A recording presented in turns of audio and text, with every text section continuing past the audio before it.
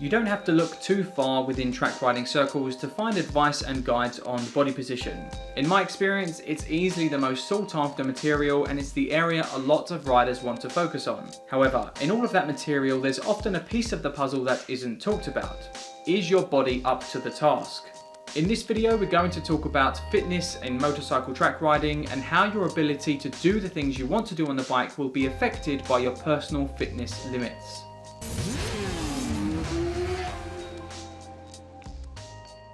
So, is riding a motorcycle around a track really that hard?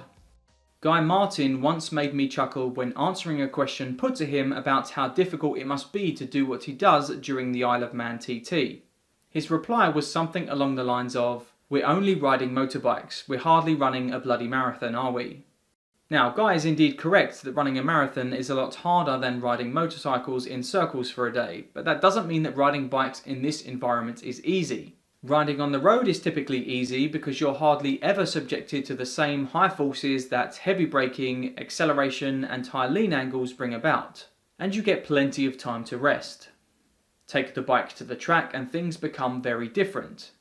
If it's your goal to push your bike as far as you're able to, you're going to soon be experiencing a lot more G-force than you would merely bumbling down a country road on a Sunday afternoon.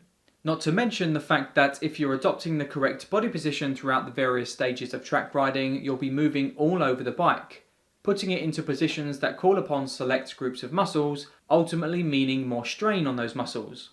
If you're actually trying to reach a good level of track riding, maybe even try a bit of racing, fitness should be a key part of the puzzle that you have in place. A question to ask if you think this could be a problem for you is, can you go the distance?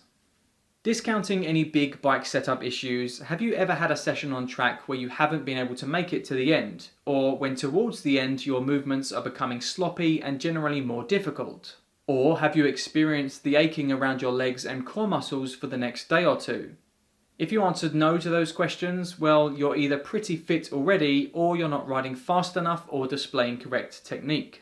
If you answered yes, like many would, assuming your technique is sound, then this is your body telling you that you're getting a serious workout. And if your body isn't up to the task and you begin to feel fatigued, you start to create a manner of different issues.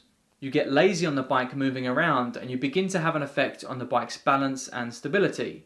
Or you straight up can't perform the task you need to, like hard braking or smooth throttle control. Your mental state begins to take a shot in the ribs too. Loss of judgment and slower reaction times are two major effects caused by fatigue, which basically translates into a higher chance of you making a silly decision, but also taking longer to recognize and correct a mistake once it's made, ultimately meaning a higher risk of crashing. Being fit and able to perform the task at hand eradicates all of those issues and ensures that you reach not only the end of each session a lot less tired, but the end of each day less tired too. Something else to consider is weight and performance. Some people spend crazy amounts of money on the latest gear to save literally grams from the bike's overall weight in search for speed. The funny thing is, in my experience, and with the greatest respect, those same riders could shave kilos from themselves for nothing and see a lot more gains as a result. Weight loss is such a valuable asset when it comes to performance, and it's not just in terms of power to weight ratio where performance is improved. Other areas are too, like stopping power for instance. Not to mention that it would link straight back into the previous points about fatigue, making the rider's physical efforts that much easier because there's less weight to haul around. Now, some of you may be happy as you are, which is absolutely fine, but for those that feel they could lose a little size around the middle and they want to, why not make your biking habits your motivation for doing something about it? And in terms of your fitness goal, you don't have to be the Hulk either. You only have to look at the guys in MotoGP to know you don't have to look like something straight out of a Mr. Universe contest. Riding motorcycles around the track isn't so much about strength as it is stamina.